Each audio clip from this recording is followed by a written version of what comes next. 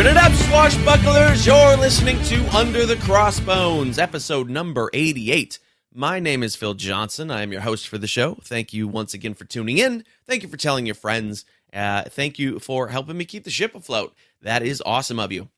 So, episode number 88. Fun fact about 88, the number. In mathematics, it's called an untouchable number, which means it's a positive integer that can't be expressed as the sum of all the proper divisors of any positive integer. Or it's an incorruptible federal agent that helps Elliot Ness take down Al Capone. One of those two things. The first one, I don't know anything about much, really. The second one, I have an idea about. Rocket 88 is considered the very first rock and roll song, which is pretty awesome. I just listened to it again before turning on the mic just to hear it, by Jackie Brenston and his Delta Cats, which was actually Ike Turner and the Rhythm Kings. Little fact there. So Rocket 88, if you haven't heard that song, go check it out. In Chinese culture, 88 is a lucky number, a very, very lucky number, because the word for 8 sounds much like the word for wealth in both Cantonese and Mandarin. So if you live in a heavily Chinese area like I do, you see 88s all over the place. And they're all over the place. The prices at the grocery stores, the Chinese grocery stores, every Chinese restaurant is called like Panda King 88, right? They use 88 all the time. In amateur radio, 88 is the sign off that means love and kisses. Oh, how cute. In hip hop, 88 is used as a abbreviation for HH because H is the eighth letter of the alphabet. So HH 88 is hip hop. Unfortunately, the Nazis also used it for the same thing, but their HH didn't mean hip-hop. Bad Nazis. All right, so lots of interesting things about 88, and I have no segue into my guest, because none of those things have to do with French-Canadian guys named Marck Forget, and Mark is my guest on the show today, and we had a great talk. It's really fun. I think you're going to totally dig it. You can check out all the stuff that Mark is doing. The best place to catch them is at facebook.com/Festival des Pirates. Festival des DES Pirates for the non-French speakers out there, such as you and me. So we're going to get to my talk with Mark here in a second. We had a really fun time. I think you're going to have a good time listening to it. You know what I did the other day? I was emptying my dishwasher, as I'm apt to do because I'm a good housemate to my girlfriend. And I'm emptying the dishwasher, and I just bent over to put something away, tweaked my back. Now, I exercise on a daily basis. I'm no supermodel, but I exercise, and I try to stay fit, and I run around stages and all this kind of stuff, and it bugs me when I do something stupid like that, because it was nothing. All I did was bend over to put a dish away, and I tweaked my back. So for like the last 4 days, I've been gimping around like an 80-year-old, and it's getting ridiculous. And I'm taking some aspirin, doing the heating pad, all that kind of stuff. Today, finally, it's starting to feel better. But isn't that the most annoying thing in the world when you do something just stupid and utterly nothing, and you end up like laid out because of it? Ridiculous. I still don't know exactly what happened, but that's how it worked. But I did, I had a show on Friday, and I felt like, if you ever seen Ozzy Osbourne, the way he walks around stage, that's how I felt like I was walking around stage Friday night, just kind of a little bit hunched over, a little bit stiff, and I bit the head off a bat, strangely. So I don't know, I don't even know why that happened. That was odd. But I did a competition Friday night at Laughs Unlimited in Sacramento, California. It was a satellite event for the World Series of Comedy. I didn't place because it's a competition. But I had a great set. I think I came in 4th, something like that, out of 9. Not too bad, pretty good. But I'll keep working on my set before I go do the big event in Las Vegas in September, which will be fun. But I do have some other dates coming up that you can check out, especially if you are a California type person. This Wednesday, April the 26th, I will be at Cobb's Comedy Club in San Francisco, California. Saturday, April the 29th, I will be headlining at the Tasting Room in Fresno, California. Tuesday, May the 2nd, headlining at Sally Tomatoes in Rohnert Park, California. And Wednesday, May 3rd, headlining at Cinema Cuvée in Orinda, California. And then other dates coming up after that. I'm headlining Pechanga Casino in Southern California for a couple nights the week after that. Lots of things coming up. You can check all the tour dates Just go to underthecrossbones.com underthecrossbones.com, click the tour dates button, and that's where you can find us. All the places I'm going to be. And if I'm coming near you, come on out. Let's talk about some pirates and tell some jokes and sing some songs. And it's all very fun. If you're enjoying the show, and I hope you are, come join us over on Facebook, facebook.com/underthecrossbones, twitter.com/undercrossbones, because it's too long for Twitter. And do make sure that you're subscribed to the show on your favorite podcatcher, iTunes, Google Play, Slacker, Stitcher, wherever you like to listen to podcasts. We're probably there, except for Spotify. No Spotify yet. I keep trying. And, of course, you can find all the show notes for this episode at underthecrossbones.com/088. If you want to help support the show, that would be awesome of you. Go to underthecrossbones.com/support. There's a PayPal box where you can donate any amount of money you feel is appropriate. There's an Amazon banner. You click on that Amazon banner, buy yourself something nice. Amazon kicks me back a few shekels. Or if you want to be a sponsor of the show, that's the place to get that information as well. If you don't want to give me any money, that's fine too. But you can help immensely by going out and telling your pirate friends about the show and getting them to listen. Just grab their phone from them, find their little podcast app, and subscribe for them. And then they'll get it, and you'll get it, and everybody will get it, and everything will be awesome. Yeah? All right. So, you ready? Let's get into my my interview with Marck Forget here. Mark is a guy who I'd seen, and we'll talk about this a little bit, but I had seen him around the pirate community online, not really knowing what it was that he does. And so I went on a little bit of fact-finding mission before talking to him, and then we dig even further into it during the interview, and he does lots of stuff. He and his little crew are out to promote pirate entertainment culture, which is great, and they're doing that in a variety of ways with an online magazine, and they're starting a podcast, and they just, like, he'll tell you all about his big plans, and they're doing great things, and he's really putting himself out there to do it, and I think that's great. So, here we go. Let's talk now to Marck Forget of Festival des Pirates. All right, so you do all sorts of stuff, and you're one of these guys that I've seen around the pirate scene. I've seen your name pop up a lot, and I didn't entirely know what it is that you do. So thankfully, you sent me some stuff, and I was able to look at it. And you do all sorts of stuff. So when people ask you what you do in the pirate scene, how do you explain it to them? Oh, what I do most is what we call the Festival des Pirates. It's a online pirate festival that we started about 3 years ago. Okay. And that's kind of things like that I'm involved with. But it went on in a tangent, and it has developed in multi-module, and I'm doing a bit about everything, and people will start to get into me or help me out, and they want to do more. So we said, no problem. We open the doors, and then they can do it under the Festival des Pirates name. Nice. So what form does an online pirate festival take? You've got the website. I know you've got like a magazine, all sorts of things. Yeah, exactly. What we do, it's our main, that first, if I can talk about it, it's that we are there to promote the music, the event, the social clubs, and all kinds of things that touch piracy. And we call that, in our language, it's the entertainment piracy industry. Okay. So that's what is our main mandate. And what we do is we publicize, like in the magazine, bands, music, videos, jokes, about everything. We're there to promote them. So it's not about us, but it's about them. And I think that's what makes the difference between what other people are doing and the Festival des Pirates. It's a great opportunity because people just say, "Oh, Mark, can I do that?" I said, "Go ahead. You're more than welcome."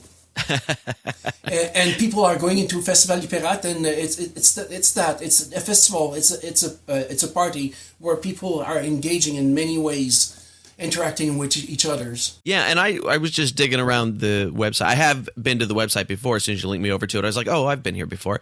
And I was looking through it again this morning, and I was finding things that I didn't know about. As there you had a couple little short film videos on there that I hadn't seen before, and that great map of everybody, all pirates all over the world, I guess. Do people add themselves to that map, or how do you do that? Because I noticed I was on there, but...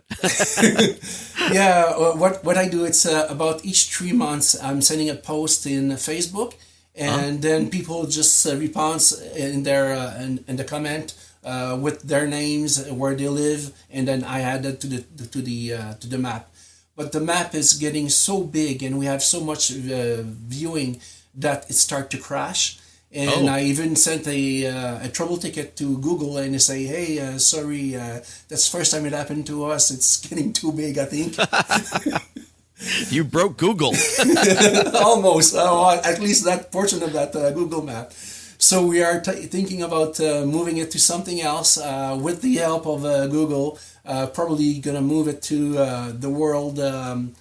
What's this called again? Earth, Google Earth. Oh yeah. And we're gonna try to rearrange it more for having a bit more diversity on on different topping, because right now we have only like the pirates itself. We got like a restaurant, and we got bands, but we want to do more. Yeah, I thought it was a neat idea, because I was looking at it and I was like, oh, these are all people that I could collaborate in different cities with, or just meet up and hang out with when I'm in different places. I thought that was a really cool idea, and I'm sure you guys are using it for that same sort of stuff too. Exactly, it's exactly the purpose of it. It started with a survey that we did for the Canadian Pirate magazine, L'Écho des Mers. And when we started to do that with the survey, we were pinning people from different locations. Then we said, hey, why don't we just like invite other people just to put their name in? And we did just that, and that's how it became so big. Nice. So the website is a great resource full of all sorts of stuff. And then you've got the magazine. Tell me a little bit about the magazine. Oh, yeah. The L'Écho des Mers magazine. Again, it started as a small project, and again, more collaborators came into the magazine, and it's exactly that. It's still under the same mandate as the Festival du Pirate. It's another media to promote music, band, books, anything that touch piracy. We want to put it out there, and people in Europe and some people down in the States and in Canada really loved it, and we got really good feedbacks back from for the magazine. Yeah, and I looked at, because you have an actual print version, and then you've got the online version. Exactly. And I looked over your online version, and it's great. I don't speak French very well, but it looks fantastic. Actually, it's bilingual, like you see, and that's a thing that if I can explain a bit on the way that we do it, it's bilingual. If one person wants the article in a different language, then they just request it, and we get some people that can translate it for them. Oh, nice. Yeah. That's a great service. Oh, that's very cool. Yeah. Because it looks like there's all sorts of stuff in there. And there was, of course, people in there that I've had on the show. Mr. Willis, I saw in your recent issue, and Captain Tour and people like that. So, and I know he's up there. You guys work pretty closely together, don't you? Yeah, exactly. He's a really close collaborator.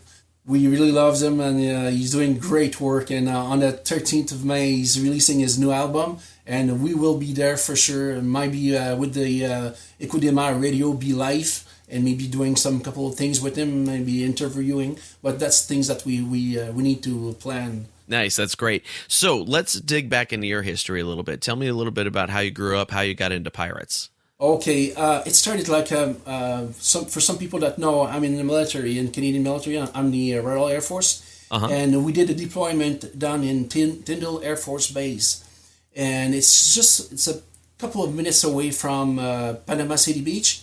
Okay. And we went there one night, and we didn't know we were there to party, and we didn't know what was going on, and people was dressed as pirate, and they were singing, and they were really having fun. And I said, wow, what a great idea of just being there and doing a party and drinking their face off, and like to have fun. And because the people were wearing costume or were wearing pirate, it was a way for them to let go all the stress. And I said, wow, I need to bring that to Canada. And that was an idea that I had, and it just stayed there. And until I would say 3 years ago, when my children came down here in Gatineau for holidays, and my wife and I were looking at what kind of activity we could do. And then I said, oh, maybe if we could do all our vacation on the pirate team. So that's what we did for an entire week, from the 3rd of August to the I think it was the 8th or the 9th. We traveled dressed as a pirate. We went into one of our best restaurant here in Gatineau, the Restaurant Le Pirate, dressed as a pirate. We did some song over there. They let us go on stage and sing for them. And we did some canoeing, and again, dressed as a pirate. We did a treasure hunt, all kinds of activities like that. It was a wonderful time. And just to let you know, in the morning, I woke my daughter and my niece up. It was at 3 o'clock in the morning. I blindfold them and bringing that in my vehicle. We drove around for a couple of minutes, then came back home, and my backyard was all decorated with pirate team, and and I had the pool, I had the plank already set up for them, treasure, and they really enjoyed it that night. And even they came up with a song from their own. It was a beautiful song. Neat. We had fun. And so, how are your children adults at this point, or? They are, yes. Actually, my oldest one is 25, and my youngest is 21. Okay, so all of a sudden, Dad becomes a pirate, and the whole family jumps in, and everybody's cool with that. Exactly. Dad became granddad. Too, yeah, yes. And I got my little Jacob, that is my grandson, and I dressed him like a pirate, and we do things together. And when I go "Azah," he's answering back, so that's really good. Yes, yeah. That's great. Because that's I would say the other people I've talked to that were the whole family is really involved in it. They usually started younger. Did anybody think it was weird that, okay, we did this, oh, we're going to keep doing this? Did that seem strange to anyone? No, for them, I was just being Mark, just being myself, just nice. Weird. Just weird. I like it. That's great. It was okay. So you saw the thing in Panama Beach. So you're in the military. How long have you been in the Royal Air Force? About 30 years now. Wow. 30 years, yeah. That's fantastic. Did you come from a military family? Yeah, my mom was in the military, and my dad used to be a cop. So okay. It was a pretty disciplined at home, and a kind of environment that I wanted my daughters to grow up to. So I became military, and my daughter for a little while she thought of maybe joining too. Oh, okay. Interesting. It's funny because I was raised completely the opposite direction. I was raised by a couple of hippies who were like, and my dad was, he was in the military. He was an Army guy. But they both raised us to be like, don't go in the military, do something else. Different ways we get raised, man. I evaded the military at every turn. Oh, yeah. But you know what? It's a cheap way to travel. Yeah, that's true. See, I became a comedian to do the same thing. Oh. Now I get to go to exciting towns like Delavan, Wisconsin, which you probably go to better places in the military. I think so, yeah. Like Tyndall Air Force Base, for me, it was great. And we did more. I went and traveled to Dallas and Fort Worth and all other bases. That's where we do our joint exercise with you guys, the Americans. Sure. And we really love you guys. It's great to work with you. You're really professional on what you do. Oh, I've you've not met some of the guys I have in the military. Maybe I'm not hanging with the same crowd as you do. Yeah, I guess not. That's funny. So where did you say Tyndall Air Force Base was? It's in Florida. It's in the... oh, okay, gotcha. Right. The upper part of Florida, the north part west of Florida. Okay, so that makes sense that you would run into pirates down there because there's loads of them. Oh, yes. If you look at the map, yeah, you can see that there is a lot of pirates there. Yeah, I've talked to a lot of people from down there, and I've had to book some more tour dates down there so I can go talk to everybody. Yeah. So you've got the website, you've got the magazine. You're just out there pushing everybody's projects and things that they're doing, including this show, which I appreciate a whole bunch. That's very nice of you. Yeah, and it's just normal. Like, we love you. So it's normal that you're going into our site. I appreciate that. So what have you got in the plans? What's coming up next? Where are you taking it for the next step? Okay, the next step, we presently doing a test on our radio podcast, and it's a French hosted pirate podcast. It's based on what Jack Gonzo is doing with Slytherin, and I even asked Jack for some advice, and he gave it to me, and I'm really grateful for that. And that's it. Like again, it's the people from Europe, the French community that are really excited because there was absolutely nothing for them, and they were asking me, Mark, when are you going to do that? Because it was already planned and the plan. So I said, okay, no problem. When my dad passed, then I had to do some stuff. But I said, okay, as soon as I got a bit of free time and I stay home, I'll restart the project, and that's where we're at now. But there is more. There's like the Festival du Pirate is composed of about 12 modules, and we're only working in 2 right now. Oh, so I there's see. Okay. a lot more project on the go that will be coming soon. Oh, nice. Can you give us a preview of any of that? What kind of stuff? One is I'll talk about only one. It's the TV. A bit of what you've seen on the web page, where we're gonna be hosting some interview live that we did with people on their show, and when we will be going into some of the festival here in Canada, we'll be doing the same thing, interviewing guests, performers, and administrators, and to see what their point of view, what was working, what didn't work, and we're going to be doing more journalism work and try to promote their event in the same time.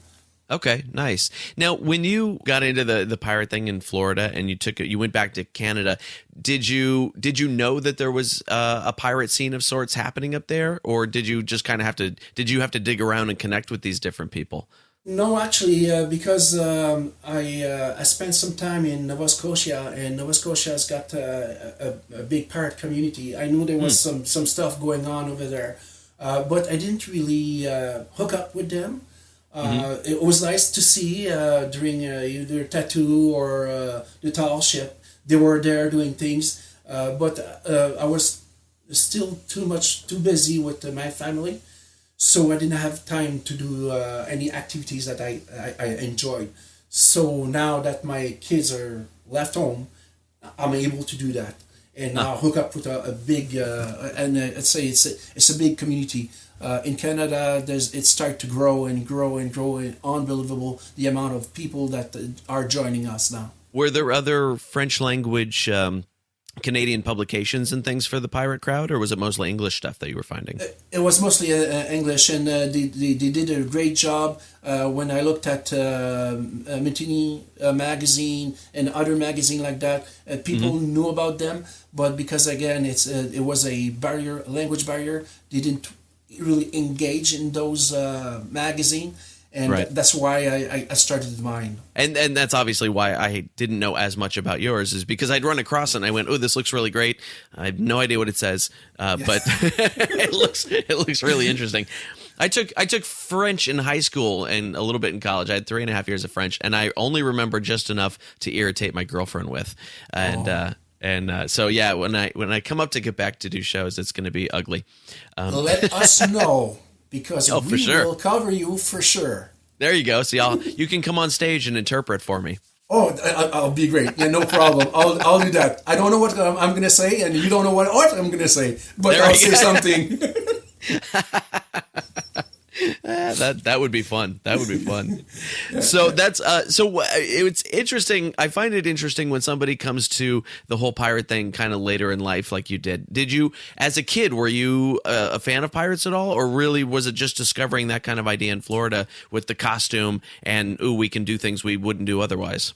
I didn't know it existed. As a kid, it was things that it was like I played pirate for sure, but I didn't continue like after like 10, 12 years old. Like sure. I stopped to do pirate things, but it was it was an eye opener when I seen those guys. Really, that's what brought me into pirates. It's those guys in Panama City Beach. They I seen what the pirate is doing to a person. Like it's relieving of all the negative stress of life, and they just enjoying it. And I said, wow, this is the kind of things like we play hard in the military. We work hard in the military, but we want to play hard too. And this kind of things that help us to relieve stress, and that's why I really engaged into pirate after that. Yeah, certainly. It's kind of the idea of the way a Halloween costume kind of lowers inhibitions with somebody, which is why Halloween parties can sometimes get a little weird. And it's an excuse to do that at other times of the year, I suppose, don't you think? Exactly.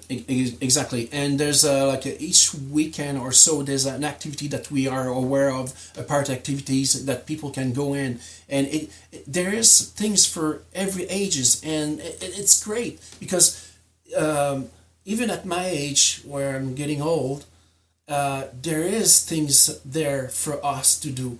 And when I looked at even for people that like burlesque, there's even like burlesque pirate show for them, and people that they want to play do adventure. There here in Ottawa, we have a ship that is creating a sea adventure. You're going on the ship and you're living the pirate adventure.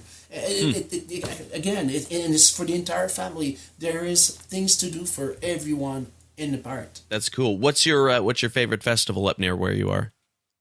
So far, it's the one that Kananaoki, the one that I've been last year with Captain Thor and the ne'er do well Pirate Invasion.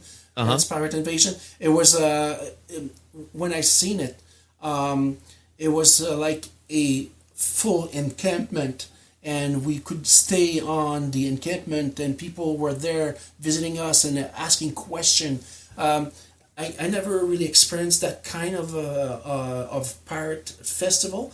And we want to do it again this year. The 19th and the 20th of August, it's the Kanawaki Pirate Festival, and we will be there for sure with a French encampment. Excellent. Tell me about the Canadian Pirate Republic. What's that all about?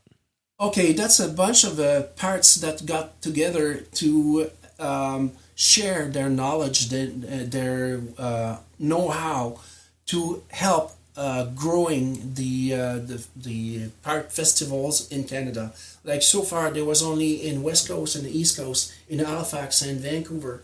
But slowly, we can see that the center of Canada wants to do that, but they don't have that experience. So through the Republic of Pirates, we could share their knowledge and tricks and equipments and performers. We have a list of performers that can travel from one coast to the other. So it's really like a guild of pirates. Okay. It's interesting to watch the sort of industry grow up around the pirate fandom thing, where there are, because it was just like, it starts as just people who go, all right, there's a festival, we're kind of do this, but now we're starting to see some organization around it too. And like your thing where you're helping other people be able to put on some of these festivals and accomplish some of these other things. I think it's really cool and interesting that that's happening. It is. It's a wonderful industry. People for years have put it on the side and didn't really take that in seriously. I was going to say another word, but I'll go with the seriously.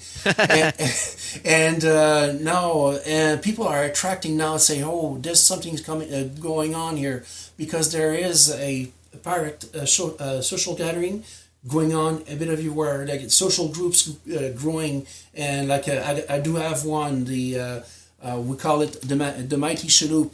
It's divided in two. There's some in Montreal and there's some here in Gatineau, and we going out in some event together, and sometimes we're just going to a restaurant together and have a meal. Exactly, that's what it is. People want to live the piracy, and I think there's a cultural change too, like where people really want have more fun than overworked. there's something going on. Yeah, it's really great to see. I was just thinking we need a pirate raid party on the Just for Laughs festival. Oh, definitely, we can arrange that. Actually, we are preparing a invasion of a theater on the release date of the Pirate of Caribbean. Oh, nice. Here in Gatineau, yeah, and we had some more project, but Walt Disney World didn't, or Disney didn't really want for us to continue what we were submitted as a project. So we stopped and we said, okay, we're going to do it. Instead of engaging with Disney, we engaged with the theater itself. Oh, there you go. That's a good way to do it. That should be fun.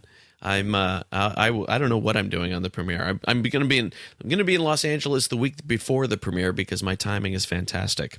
Okay. Oh, look at that. So I'll be completely missing it. Yeah. I'm sure you're going to be bringing your guard with you. Oh yeah. Yep, for sure. Well, this has been really great. What is the best place online for people to keep up with all your projects and what you're doing? The best place right now is our Facebook page. Okay. People are following us there. We are over 2,000. We went over 2,000 people, and again, it's we are inviting people to post their things there and to engage with other people directly on our Facebook page. It's the best place. And again, we do have something that other people don't have. We have the picture of the day, where we post the pictures of other parts that we will love. It's judged by 10 of our members, and the judge having a blast. And I really thanks them. If I can take maybe a couple of seconds just to tell them their name and where they're from. I want to salute Phil Defer in Belgium, Enrich in Canada, Scott from the USA, Jean from USA, Lady Boulette from Canada, Bernard from France, Melik from Canada, Martin from Germany, and Philip from Belgium. Those are our judge for the pictures of the day, and we do have a lot of people from different places in the world that help us in the magazine, and same thing for our sponsors. So to all those people, we have about 30 people that volunteer with us, and I really appreciate their work they do for us. Very cool. Excellent, man. So looking forward to seeing more of that and all the future secret projects that you have in the works.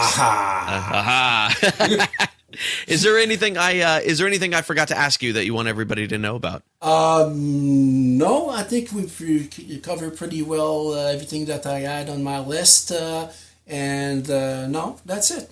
Fantastic, man. Well, this was really fun. I'm glad we got a chance to do it. Okay, thanks, Phil. And there it is, friends. That is my interview with Marck Forget. How fun was that? That's a dude I want to hang out with, I think. I think he'll be fun to have a meal with or something. He just sounds like a good dude. So you can find them online. Like he said, best place to catch them is on facebook.com/Festival des Pirates. Festival des DES Pirates. There'll be a link on the show notes, of course, at underthecrossbones.com/088. Under the Crossbones is sponsored today by Pirate Radio of the Treasure Coast, WKKC-DB. Oh my gosh, I'm even wearing their t-shirt right now. They play the best pirate music and pirate radio talk, and you can listen to Under the Crossbones on both their stations. Just go to pirateradioofthetreasurecoast.com or pirateradiotc.com, and don't forget to download their apps, the Pirate Radio Treasure Coast app, which is the music station, and Pirate Radio Talk, which is their talk station. And they got lots of good stuff happening over there, so go check that out. If you could do me a giant favor, a tiny favor, it's not even a giant favor, it's a tiny, tiny favor. I'm trying to find out more about you, my listener type person, who are, I'm talking in your ears right now. But I want to find out more about you because it will help me see where the show should be going in the future, as far as where physically and where philosophically. I can't even say philosophically. All right, stopping that now. Here's what I need you to do. If you could do this real quick, go to underthecrossbones.com/survey. There is a little short, super short, it's like 7 questions, easy survey questions there that will help me get to know you and the rest of my audience much, much better to help me see where I should be taking the show in the future. So again, that's underthecrossbones.com/survey. Go check it out, fill it out, take you a minute, and a big giant help to me, okay? Have you been to a cool pirate event recently? Maybe a festival, maybe seen a pirate band or a museum or some other piratey thing? Then I would like to hear about it, and I would like to play it on the show. All right, so here's what you're going to do. You're going to leave me a voicemail, and if give me your trip report, and if it's fun, which it'll be, I'm going to play it on the show, okay? And the way you do that, call this phone number, 408-599-2733. Again, that's 408-599-2733. Leave me a voicemail at that number, and give me your trip report on whatever cool pirate event you were at, and I'll play it on the show. Deal? Deal. All right, cool. That's our show for today, friends. Thank you very much again for tuning in. Be sure to go check out Marck Forget and all the cool stuff that he's doing at facebook.com/Festival des Pirates. And of course, get all the show notes for this episode at underthecrossbones.com/088. Make sure you're subscribed through your favorite podcatcher. Keep leaving those iTunes reviews. Those are always nice to see as well, and they're very helpful. And above all, tell your pirate friends that Under the Crossbones is here as a resource for them. All right, I'll see you next week. Thanks.